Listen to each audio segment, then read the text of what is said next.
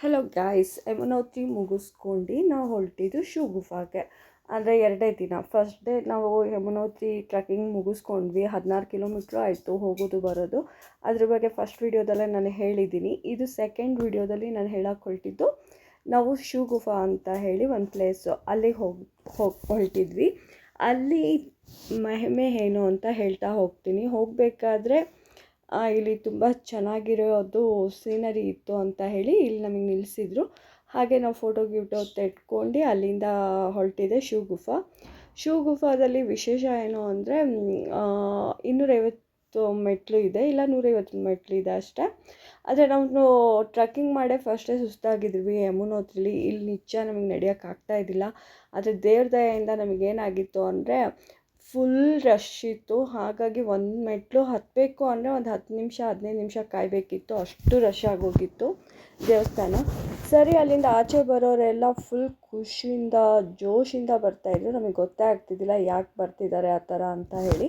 ಯಾಕಂದರೆ first time ನಾವು ದೇವಸ್ಥಾನ ನೋಡಿದ್ದಲ್ವ, ಹಾಗಾಗಿ ನೋಡೋದು ಮುಂಚೆ ಅಲ್ವಾ ಇದು. ಹಾಗಾಗಿ ನಮಗೆ ಗೊತ್ತೇ ಆಗಿಲ್ಲ ಯಾಕೆ ಈ ಥರ ಜನ ಇದು ಮಾಡ್ತಿದ್ದಾರೆ ಅಂತ. ಆಮೇಲೆ ಫುಲ್ ರಶಲ್ಲಿ ಜಗಳ ಮಾಡ್ಕೊಂಡು ಯಾರೂ ಮುಂದೆ ಬರಲ್ಲ ಹಂಗೆ ನೋಡ್ಕೊಳ್ತಾಯಿದ್ರು. ತುಂಬ ಜನ ಜಗಳ ಎಲ್ಲ ನಡೀತಾ ಇತ್ತು. ಒಬ್ಬರು ಮುಂದೆ ಹೋದ್ರೂ ಕಿರ್ಚಾಡ್ಬಿಡ್ತಿದ್ರು. ನಾವು ಕಾಯ್ತಾ ಕೂತಿದ್ವಿ, ಸಾಕಾಯ್ತು. ಇಲ್ಲಿ ನೋಡಿ, ಈ ಶಿವಗುಫಾ ಒಳಗೆ ಗುಫಾ ಒಂಥರ, ಅದ್ರ ಒಳಗೆ ಹೋಗಬೇಕು. ನಾನು ಕದ್ಬಿಟ್ಟು ವೀಡಿಯೋ ಮಾಡಿರೋದು, ವೀಡಿಯೋ ಮಾಡೋಂಗಿಲ್ಲ, ತುಂಬ ಕಷ್ಟಪಟ್ಟು ವೀಡಿಯೋ ಮಾಡಿರೋದು ಇದು. ಬೇಕಾದ್ರೆ ಯೂಟ್ಯೂಬಲ್ಲಿ ತೆಗೀರಿ, ಶಿವಗುಫಾ ಅಂತ ಹೇಳಿ ಉತ್ತರಾಖಂಡ್ ಬರುತ್ತೆ. ಓಂ ಅಂತ ಬರ್ತಿದೆ ಈ ಕಲ್ಲಲ್ಲಿ, ಓಂ ಅಂತ ಇದೆ. ಕಲ್ಲಲ್ಲ, ಶಿವದ ಮೂರ್ತಿ ಅಂತ ಹೇಳ್ತಾರೆ ಅದು. ಆಮೇಲೆ ಇಲ್ಲಿ 5 ತಲೆ ಶಿವ ಇದೆ ಅಂತ ಹೇಳ್ತಾರೆ. ಆ ಕಡೆ ಒಂದು ಗಂಗಾ ಬರುತ್ತೆ, ಅಲ್ಲೂ ಒಂದು ಗಂಗಾ ಹರಿಯೋದೊಂದು ಇದಿದೆ. ಅದ್ರ ಈ ಕಡೆ ಪಾರ್ವತಿ ಇದೆ, ಪಾರ್ವತಿ ಈ ಕಡೆ ಗಣಪತಿ ಇದೆ, ಗಣಪತಿ ಈ ಕಡೆ ಇಲಿ ಇದೆ, ಎಲ್ಲ ಇದೆ. ನೀವು ಯೂಟ್ಯೂಬಲ್ಲಿ ಹೊಡೆದ್ರೆ ನಿಮ್ಗೆ ನೀಟಾಗಿ ಗೊತ್ತಾಗುತ್ತೆ ಇದ್ರ ಬಗ್ಗೆ. ನಾನು ಹೇಳಿದರೆ ಏನೂ ಅರ್ಥ ಆಗೋಲ್ಲ, ಯಾಕಂದರೆ ಅದು ನಾನು ಕದ್ಬಿಟ್ಟು ವೀಡಿಯೋ ಮಾಡಿರೋದು, ಸ್ವಲ್ಪನೇ ಬಂದಿರೋದು ಅದು. ಹಾಗಾಗಿ ಅದ್ರ ಬಗ್ಗೆ ಫುಲ್ ನಾನು ಹೇಳೋಕ್ಕಾಗಲ್ಲ ನಿಮಗೆ. ಅದು ಮುಗಿಸ್ಕೊಂಡು ಶಿವಗುಫಾ ಮುಗಿಸ್ಕೊಂಡು ನಾವು ಹೊರಟಿದ್ದು ಗುಪ್ತಕಾಶಿ ಅಂತ ಹೇಳಿ ದೇವಸ್ಥಾನಕ್ಕೆ ಹೊರಟ್ವಿ. ಅಲ್ಲಿಂದ ಗುಪ್ತಕಾಶಿಲಿ ಈಶ್ವರ ಇದೆ, ಅಲ್ಲಿ ಈಶ್ವರದ ಲಿಂಗ ಇದೆ. ಅಲ್ಲಿನ ಮಾಹಿತಿ ಅಷ್ಟು ಗೊತ್ತಿಲ್ಲ, ಯಾಕಂದರೆ ಫಸ್ಟಿಂದು ಇದರಲ್ಲಿ ಈ ಈಶ್ವರನ ಕಾಶಿಯಿಂದ ಬಚ್ಚಿಟ್ಟಿದ್ರು ಈ ಪ್ಲೇಸಲ್ಲಿ ಅನ್ನೋದೇನೋ ಇದಿದೆ. ಹಾಗಾಗಿ ಇಲ್ಲೇ ಅದು ಉಳ್ಕೊಳ್ತು, ಅಲ್ಲಿಂದ ಪೂಜೆ ಸ್ಟಾರ್ಟ್ ಮಾಡಿದರು, ಅಲ್ಲಿಂದ ಪೂಜೆ ಮಾಡ್ತಿದ್ದಾರೆ ಅನ್ನೋದೊಂದಿದೆ. ಸರಿಯಾಗಿ ಅಷ್ಟಾಗಿ ನಂಗೆ ಗೊತ್ತಿಲ್ಲ. ಒಟ್ಟಲ್ಲಿ ಗುಪ್ತಕಾಶಿ ಇದು. ಇಲ್ಲಿ ನಮಗೆ ದರ್ಶನ ಚೆನ್ನಾಗಾಯಿತು, ದೇವ್ರ ದರ್ಶನ ಚೆನ್ನಾಗಿತ್ತು. ತುಂಬ ರಶ್ ಏನಿದ್ದಿಲ್ಲ, ಹಾಗಾಗಿ 2-3 ಸರ್ತಿ ದರ್ಶನ ಮಾಡ್ಕೊಂಡು ಬಂದ್ವಿ. ಹಾಗೆ ಇಲ್ಲಿ ಕೂಡ ಮದುವೆ ಕೂಡ ನಡೆಯುತ್ತೆ, ಮದುವೆನೂ ಆಗುತ್ತೆ ಇಲ್ಲಿ ತುಂಬ. ಆಮೇಲೆ ಇಲ್ಲಿಂದು ಅಂದರೆ ಇಲ್ಲಿ ನಾಯಿಗಳು ನೋಡ್ಬೇಕು ನೀವು, ಎಷ್ಟು ಚೆನ್ನಾಗಿದೆ ಅಂತ ಹೇಳಿದರೆ ನೋಡೋಕ್ಕೆ ಖುಷಿ ಆಗುತ್ತೆ. ಎಲ್ಲ ಇಷ್ಟಿಷ್ಟಪ್ಪ, ಒಳ್ಳೆ ಮನೇಲಿ ಸಾಕ್ತೀವಲ್ವ ಆ ಥರ ನಾಯಿಗಳಿದೆ.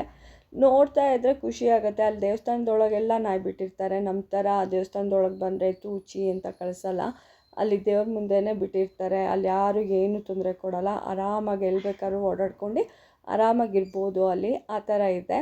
ಆಮೇಲೆ ತುಂಬ ಚೆನ್ನಾಗೂ ಕೂಡ ಇದೆ ಈ ದೇವಸ್ಥಾನ, ನೋಡೋಕ್ಕೆ ಖುಷಿ ಆಗುತ್ತೆ. ಅಲ್ಲಿಂದ ಇನ್ನೊಂದಿದೆ ಆಂಜನೇಯ ದೇವಸ್ಥಾನ. ಅಲ್ಲಿ ಹೋಗ್ಬಿಟ್ಟು ನಾವು ಏನು ಬೇಕಾದರೂ, ತೆಂಗಿನಕಾಯಿ ಇರುತ್ತೆ, ಕೊಬ್ಬರಿ ಒಣ ತೆಂಗಿನಕಾಯಿ, ಅದು ಕಟ್ಬಿಟ್ಟು ನಾವು ಹರಕೆನ ಹೇಳ್ಕೊಂಬರ್ಬೋದು. ಅಲ್ಲಿಂದ ನಾವು ಬಂದಾಗ ನಮಗೆ ರೂಮ್ ಇತ್ತು, ಇದು ನಮಗೆ ರೂಮ್ ಕೊಟ್ಟಿದ್ದರು. ನಾವು ಇಲ್ಲಿಂದ ಹೋಗಬೇಕಾಗಿದ್ದು ಕೇದಾರ್ನಾಥಿಗೆ ಹೋಗಬೇಕಿತ್ತು. ಹಾಗಾಗಿ ಇಲ್ಲ, ಕೇದಾರ್ನಾಥಿಗೆ ಹೋಗೋದು ಮುಂಚೆ ಗಂಗೋತ್ರಿಗೆ ಹೋಗಬೇಕಿತ್ತು. ಗಂಗೋತ್ರಿಲಿ ಇದು ರೂಮ್ ತೊಗೊಂಡಿದ್ದು ನಾವು. ಒಂದು ಹಿಂದೆ ಫುಲ್ ನದಿ, ಈ ರೂಮ್ ಕೂಡ ಚೆನ್ನಾಗಿತ್ತು. ಹಿಂದೆ ಫುಲ್ ನದಿ, ಬೆಟ್ಟ ಗುಡ್ಡಗಳು. ಆಮೇಲೆ ಊಟಕ್ಕೆ ಬಾಲ್ಕನಿಲೇ ಚೇರೆಲ್ಲ ಹಾಕಿದ್ರು, ಊಟಕ್ಕೆಲ್ಲ ಅಲ್ಲೇ ಇದಿತ್ತು. ಇಲ್ಲೊಂದು ಸ್ವಲ್ಪ ನಾವು ಎಲ್ಲ ಅಂದರೆ ಪರಿಚಯ ಮಾಡ್ಕೊಳ್ಳೋಕೆ ಸ್ಟಾರ್ಟ್ ಮಾಡಿದ್ವಿ, ಎಲ್ಲ ಬಂದಿದ್ರಲ್ವ. ಇಲ್ಲೊಂದು ಸ್ವಲ್ಪ ಫ್ರೀ ಇತ್ತು ಟೈಮು, ಅಂದರೆ ಒಂದು ಡೇ ನಮಗೆ ಫುಲ್ ಬೇಗ ಬಂದಿದ್ವಿ, ಹಾಗಾಗಿ ಟೈಮ್ ಕೂಡ ಇತ್ತು. ಒಬ್ರಿಗೊಬ್ರು ಪರಿಚಯ ಮಾಡ್ಕೊಂಡು ಫೋಟೋಶೂಟ್ ಮಾಡ್ಕೊಂಡು ಇಲ್ಲಿ ಟೈಮ್ ಪಾಸ್ ಮಾಡಿದ್ವಿ. ಇಲ್ಲಿ ಟೈಮ್ ಪಾಸ್ ಮಾಡೋದಕ್ಕಿಂತ ಇಲ್ಲಿ ವೆದರ್ ಅಷ್ಟು ಚೆನ್ನಾಗಿತ್ತು. ಆಮೇಲೆ ಅಲ್ಲಿರೋ ಸೀನ್ಗಳೆಲ್ಲ ಎಷ್ಟು ಚೆನ್ನಾಗಿತ್ತು ಅಂದರೆ ನೋಡ್ತಾ ಇದ್ದರೆ ಎಷ್ಟು ಚೆನ್ನಾಗಿದೆ ಅಪ್ಪ ಅಂತ ಅನ್ನಿಸ್ತಿತ್ತು. ಆ ಕಡೆ ಫುಲ್ ಬೆಟ್ಟ, ಈ ಕಡೆ ಮಧ್ಯ ನದಿ, ಈ ಕಡೆ ಮನೆಗಳು, ಹೋಟೆಲ್ಗಳು, ಆ ಥರ ಇತ್ತು. ಅಂದರೆ ಹೇಗೆ ಮಾಡಿಬಿಟ್ಟಿರ್ತಾರೆ ಅಂದರೆ ಬೆಟ್ಟದ ಮೇಲೇ ಒಂದು 4 ಬಿಲ್ಡಿಂಗ್ ಕಟ್ಬಿಟ್ಟಿರ್ತಾರೆ ಅವರು. ಪಿಲ್ಲರ್ ಕೊಟ್ಬಿಟ್ಟು ಆ ಥರ ಇರುತ್ತೆ ಮನೆ. ಇದು ಗಂಗೋತ್ರಿ ನೀರು, ಅಂದರೆ ಬೆಟ್ಟದಿಂದ ಬರೋದು. ನಾವು ಮಾರನೇ ದಿನ ಹೋಗಬೇಕಾಗಿದ್ದಿದ್ದೆ ಗಂಗೋತ್ರಿಗೆ. ಹಾಗಾಗಿ ನಮ್ಗೆ ಇಲ್ಲಿ ಉಳ್ಕೊಳಕ್ಕೆ ಇದು ಮಾಡಿದರು. ಇಲ್ಲಿಂದ ಊಟ ಕೂಡ ನಮಗೆ ಚೆನ್ನಾಗಿ ಸೆಟ್ ಆಯಿತು, ಊಟ ಕೂಡ ಚೆನ್ನಾಗಿತ್ತು. ಆಮೇಲೆ ಒಬ್ರಿಗೊಬ್ರು ಫ್ರೆಂಡ್ ಮಾಡ್ಕೊಂಡ್ವಿ, ಒಬ್ರಿಗೊಬ್ರು ಪರಿಚಯ ಮಾಡ್ಕೊಂಡ್ವಿ, ಒಬ್ರಿಗೊಬ್ರು ಮಾತಾಡೋಕ್ಕೆ ಸ್ಟಾರ್ಟ್ ಮಾಡಿದ್ವಿ, ಎಲ್ಲಿಂದ ಬಂದಿರೋದು ಏನು ಅಂತ. ಅದಕ್ಕಿಂತ ಮುಂಚೆ ಸ್ವಲ್ಪ ಸ್ವಲ್ಪ ಮಾತು ನಡೀತಾ ಇತ್ತು. ಇಲ್ಲಿ ಬಂದಾಗ ತುಂಬ ಟೈಮ್ ಇತ್ತು, ಒಬ್ರಿಗೊಬ್ರು ತುಂಬ ಪರಿಚಯ ಮಾಡ್ಕೊಂಡು ಮಾತಾಡ್ಕೊಂಡು ದಿನ ಕಳೆದ್ವಿ. ಆದರೆ ಎಲ್ಲರಿಗಿಂತ ಜಾಸ್ತಿ ಏನಾಗ್ತಿತ್ತು ಅಂದರೆ ನಮಗೆ ಇಲ್ಲಿ ನೋಡ್ತಾ ಇರೋ ಸೀನೇ ಒಂಥರ ಖುಷಿ ಆಗ್ತಿತ್ತು. ತುಂಬ ಚೆನ್ನಾಗಿತ್ತು, ಅಂದರೆ ಸೀನರಿನೇ ಒಂಥರ ಚೆನ್ನಾಗಿತ್ತು. ನೋಡ್ತಾ ಇದ್ದರೆ ನೋಡ್ತಾನೆ ಇರಬೇಕು ಅನ್ನಿಸ್ತಿತ್ತು, ಟೈಮ್ ಹೋಗೋದೇ ಗೊತ್ತಾಗ್ತಿದ್ದಿಲ್ಲ.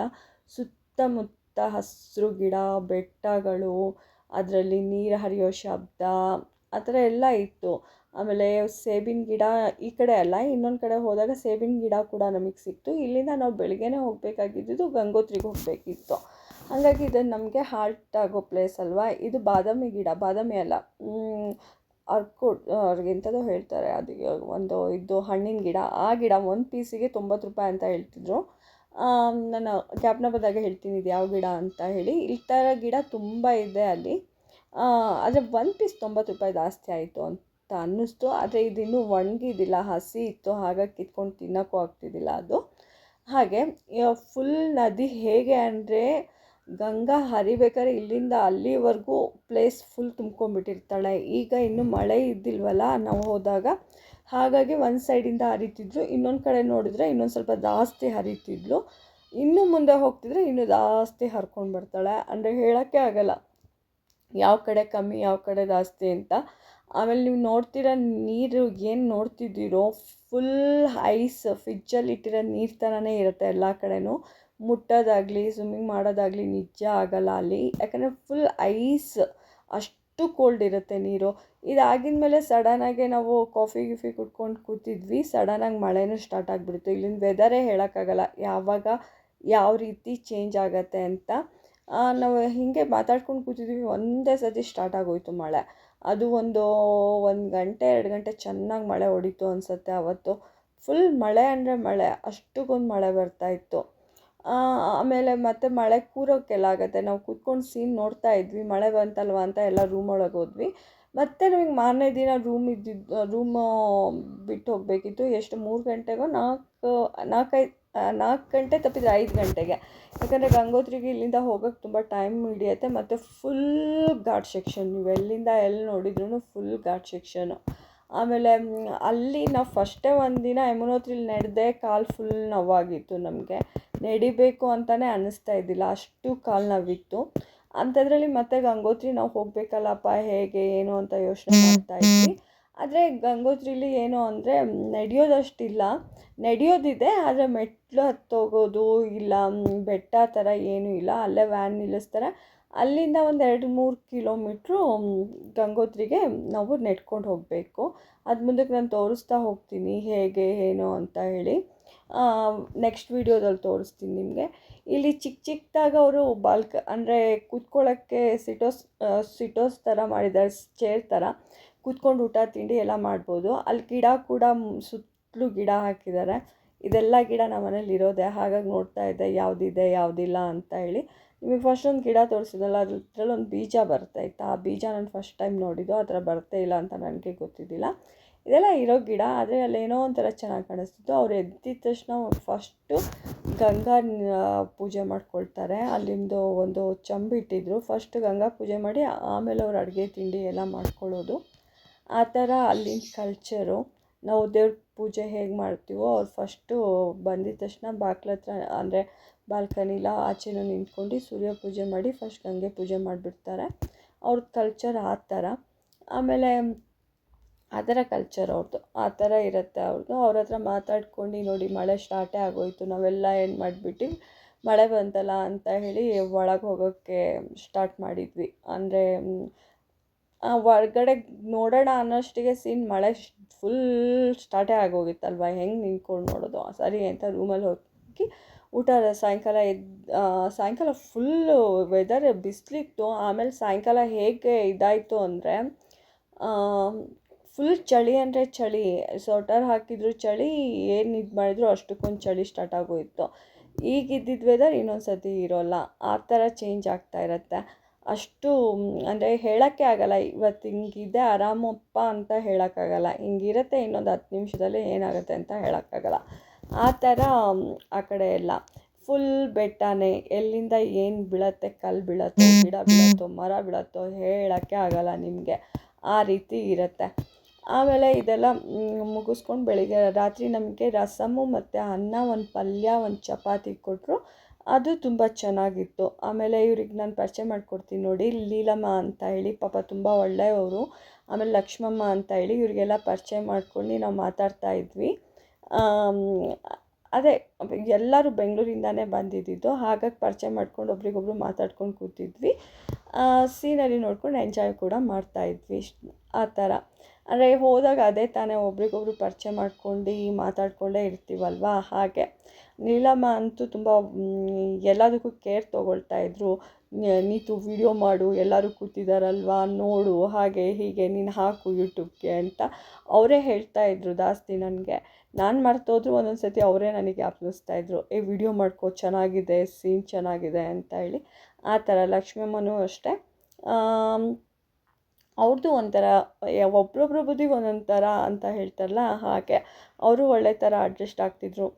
ಆರಾಮಾಗಿ ಮಾತಾಡಿಕೊಂಡು ಆರಾಮಾಗಿರ್ತಾ ಇದ್ವಿ. ಆಮೇಲೆ ಇದು ನಾವು ಬೆಳಿಗ್ಗೆನೇ ಎದ್ದು ಗಂಗೋತ್ರಿಗೆ ಅಂತ ರೆಡಿ ಆಗಿ ಗಂಗೋತ್ರಿ ಆಮೇಲೆ ಅಲ್ಲಿಗೆ ಹೋಗಬೇಕಿತ್ತು. ಅಲ್ಲಿ ನೋಡಿ ಫುಲ್ ಸೇಬಿನ ಗಿಡನೇ, ನಿಮಗೆ ಎಲ್ಲಿ ನೋಡಿದರೂ ಸೇಬಿನ ಗಿಡನೇ. ಅಲ್ಲಿ ಹೋಗಿ ಒಂದು 2-3 ಫೋಟೋ ತೆಕ್ಕೊಂಡ್ವಿ. ಯಾಕಂದರೆ ಇನ್ನೂ ಸೇಬು ಸೀಸನ್ನು ಅವಾಗ ಕಮ್ಮಿ, ಇನ್ನೂ ಈಗೀಗ ಬರೋದದು, ಈಗಲೇ ಸೇಬು ಸೀಸನ್ ಅಲ್ಲ. ಹಾಗಾಗಿ ಚಿಕ್ಕ ಚಿಕ್ಕ ಸೇಬಿತ್ತು, ಹಾಗಾಗಿ ಅಷ್ಟಕ್ಕೊಂದು ಇದಾಗಿಲ್ಲ, ವೀಡಿಯೋ ಮಾಡ್ಕೊಳಕ್ಕಾಗಿಲ್ಲ. ಇದು ಚಿಕ್ಕ ಚಿಕ್ಕ ಸೇಬಲ್ವಾ, ಹಾಗಾಗಿ. ಆಮೇಲೆ ಮತ್ತೆ ವೀಡಿಯೋದಲ್ಲಿ ಗಂಗೋತ್ರಿ ಹೇಗಿತ್ತು ಅಂತ ತಿಳಿಸ್ತೀನಿ, ಮತ್ತೆ ಸಿಗೋಣ.